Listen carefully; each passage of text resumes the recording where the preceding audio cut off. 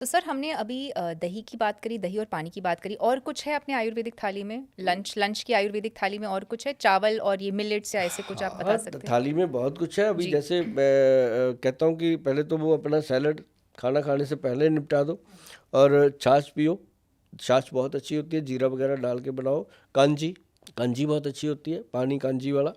और सब्जी में, रोटी में रोटियां खाओ कनक की। अभी थाली की आपने बात करी है, उसमें सिंपल चपाती हो, और ज़्यादा करते हैं उसके अंदर मिस्सी रोटी ले सकते हो, बेसनी, बेसन का चिल्ला वगैरह ले सकते हो। और सुबह भी नाश्ते में भी ये चिल्ला वगैरह लेते हैं लोग, अच्छी चीज़ है। तो ये चीज़ हो सकती है कि उसके अंदर आप कहो कि मैंने तो जी मिलट्स डालने हैं, चारों पांचों मिलट्स। एक ना जी वो होता है कोदरा। हाँ, इसको हमारे पंजाब में तो कोदरा ही बोलते हैं। आपके क्या बोलते हैं मुझे नहीं पता होगा। कि कोदरा जो है, ये एक बहुत ज़बरदस्त, मतलब कि मिलट है।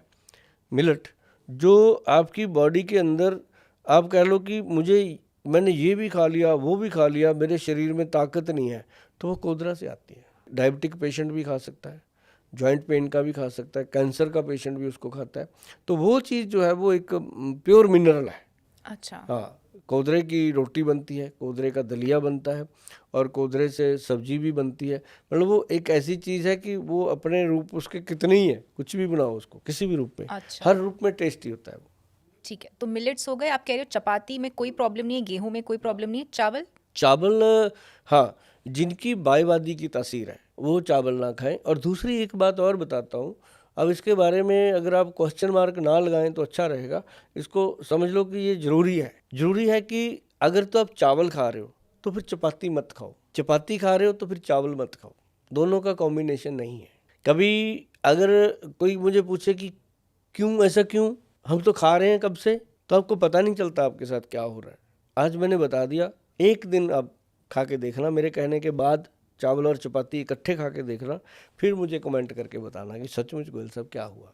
क्योंकि बहुत सारी हम्म। चीज़ें हमारे साथ ऐसी होती हैं, हमें पता ही नहीं चलता। बिल्कुल। जैसे शराब पीने वाले को पता ही नहीं चलता उसके साथ वो क्या क्या खा गया।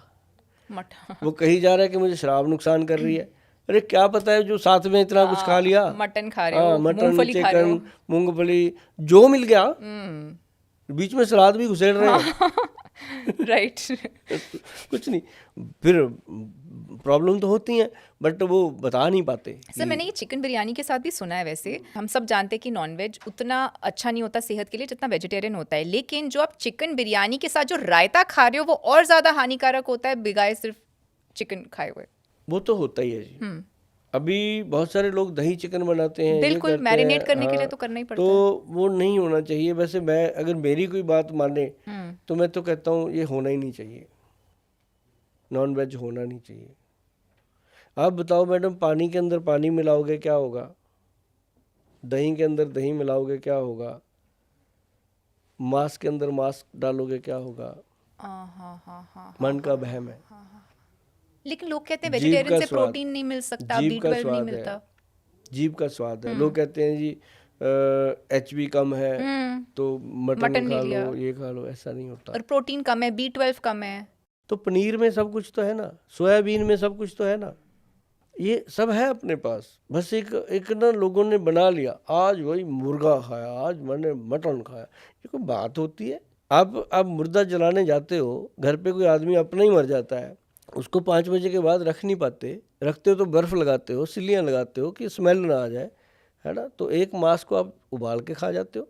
मेरा फ़र्ज़ है बात को, आपकी बात का जवाब बिल्कुल मैंने बिल्कुल दिया, जी।